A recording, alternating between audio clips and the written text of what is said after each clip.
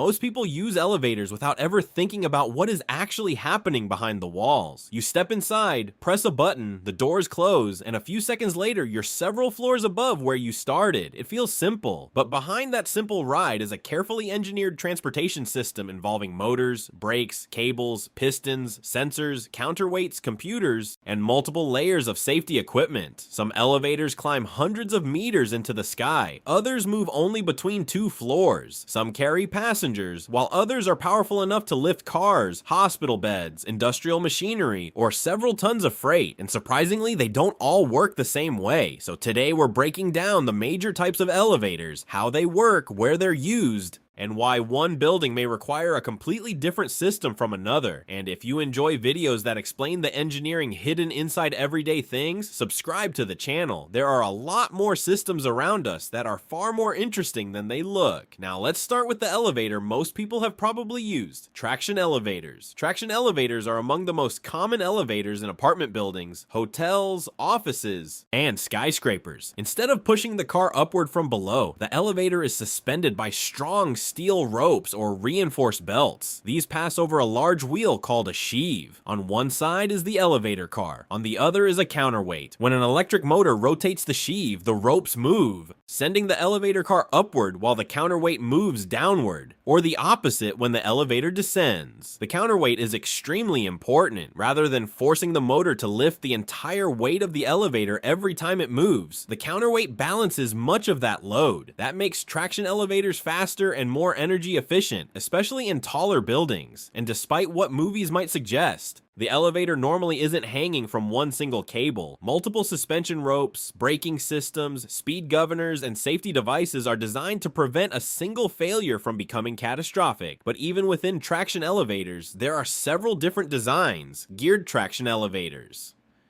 In a geared traction elevator, the electric motor doesn't turn the sheave directly. Instead, it drives a gearbox connected to the lifting mechanism. The gearbox allows the motor to rotate efficiently while controlling the elevator's speed and torque. For decades, this was a common solution for medium-rise buildings. Geared systems can handle substantial loads and provide good performance without requiring the extremely powerful direct drive motors used by some taller buildings. The trade-off is complexity. More moving components mean more friction, more mechanical wear, and usually more maintenance than a gearless system. Which brings us to the next design, gearless traction elevators. A gearless traction elevator removes the gearbox entirely. The motor is connected directly to the drive sheave. With fewer mechanical losses, the system can operate efficiently at much higher speeds. That's why gearless traction technology became essential for modern high-rise buildings and skyscrapers. In the tallest towers, elevator cars may travel hundreds of meters in a single journey, accelerating smoothly to speeds that would have been extraordinary in early elevators. But speed isn't the only challenge. As buildings get taller, engineers also have to control vibration, air pressure changes, cable movement, braking, and passenger comfort. At extreme heights, designing the elevator system can become almost as complicated as designing the building around it. Machine room-less elevators. Traditional traction elevators often place their motors and control equipment inside a dedicated machine room, usually above the shaft. Machine room-less elevators, or MRL elevators,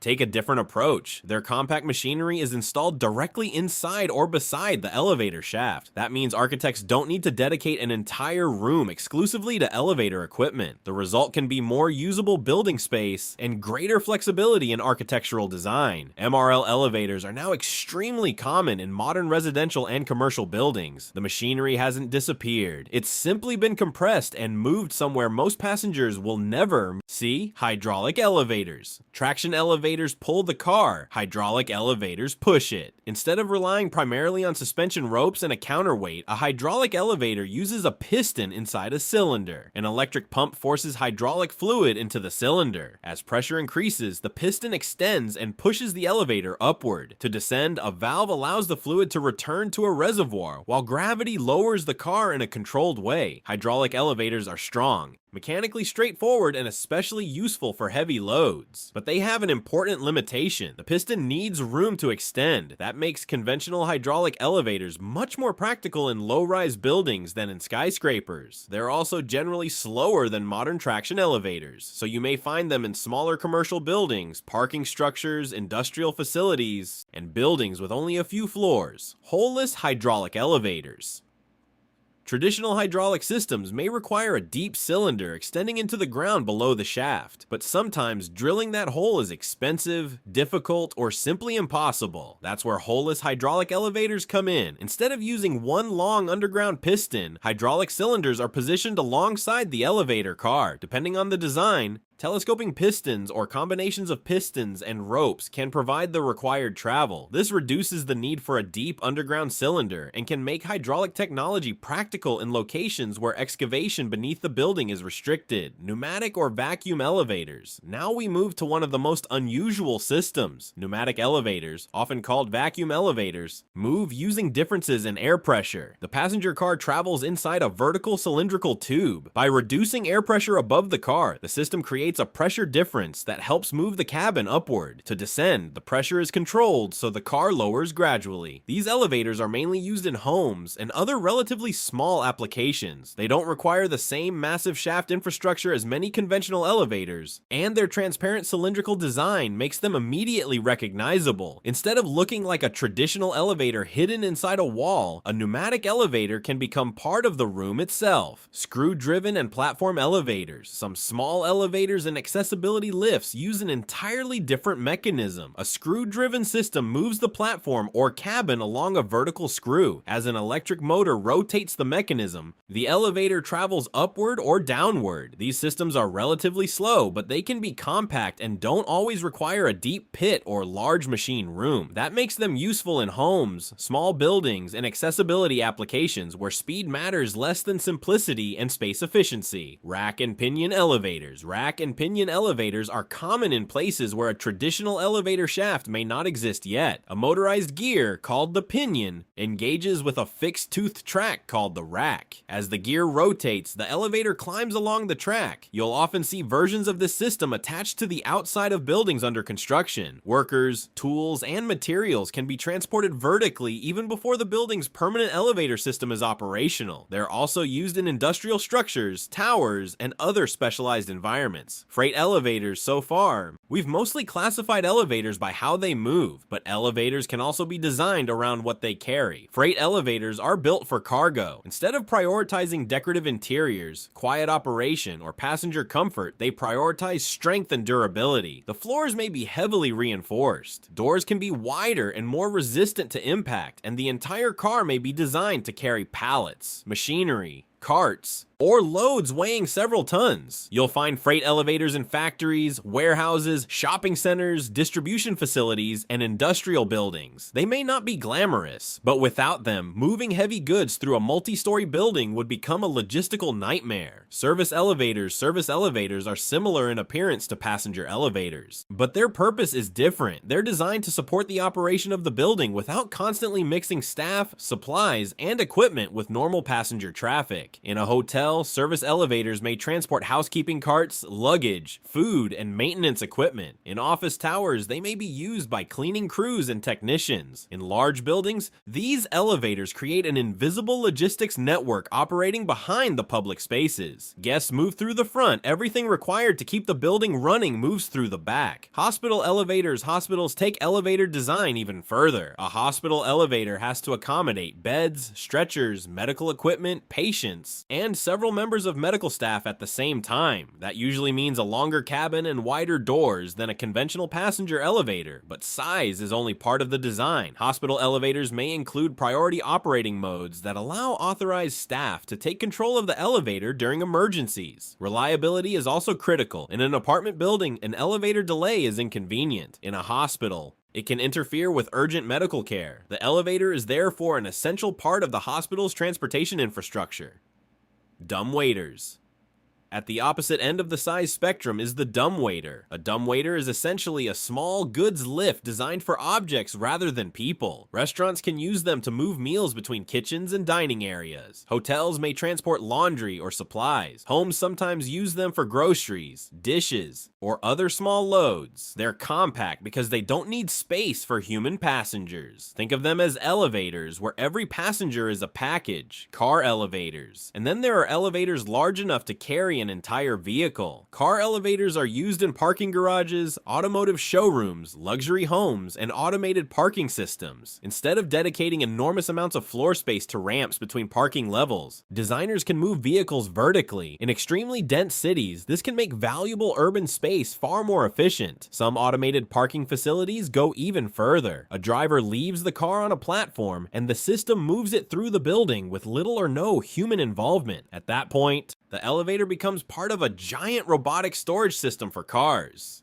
Panoramic and glass elevators. Most elevator designers try to hide the machinery. Panoramic elevators do almost the opposite. Their glass walls allow passengers to see outside the car while it moves. They're common in shopping centers, hotels, atriums, airports, and public buildings. Mechanically, many still use familiar traction or hydraulic systems. What's different is the architecture. Instead of treating the elevator as something that should disappear inside a shaft, the building makes it part of the visual experience. Observation elevators.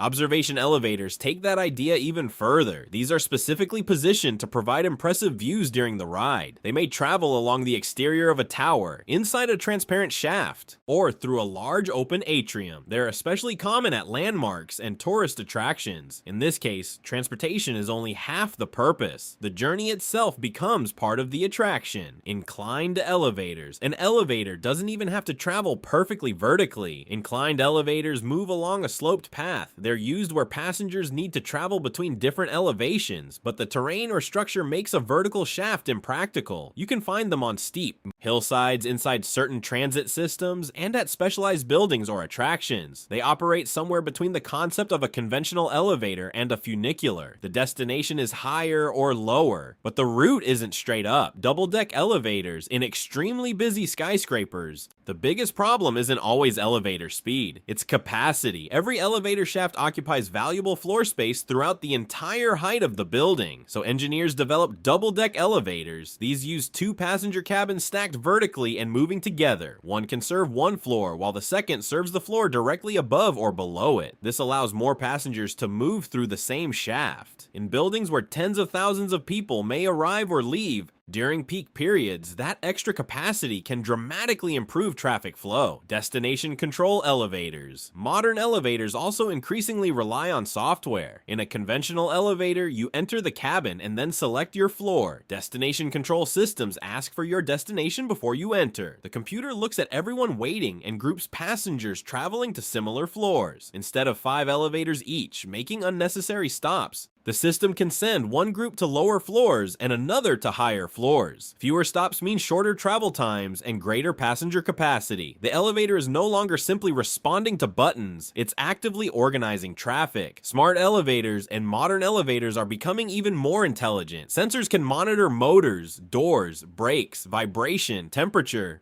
and other components. Computer systems can analyze that information and identify unusual behavior before equipment actually fails. This is known as predictive maintenance. Instead of waiting for an elevator to break down and then sending a technician, operators may detect the warning signs in advance. Some systems can also adjust elevator availability based on traffic patterns. During the morning rush, more cars can be positioned near the lobby. During lunch, the system can adapt to different passenger flows, and as buildings become more connected, elevators are becoming integrated with access control, smartphones, security systems, and even building-wide automation. The elevator car may look almost identical to one built decades ago. The intelligence controlling it is completely different. From hydraulic pistons in low-rise buildings to high-speed gearless systems climbing through skyscrapers, elevators solve one basic problem in dozens of different ways. How do you move people and objects vertically vertically, safely, and efficiently. Some elevators use cables and counterweights. Some use hydraulic pressure. Others use air, gears, or rotating screws. Some are designed for passengers. Others transport freight, hospital beds, food, construction workers, or entire vehicles. And some aren't hidden at all. They're designed to become part of the architecture itself. But no matter how simple the ride feels, an elevator is never just a box moving up and down. Behind the doors is an engineered system continuously controlling motion, balance, braking, positioning, doors, passenger safety, and increasingly its own maintenance. So the next time you step inside an elevator and press a button, pay attention to how effortless the experience feels, because making vertical transportation feel that simple requires an enormous amount of engineering, and now you know the major types of elevators.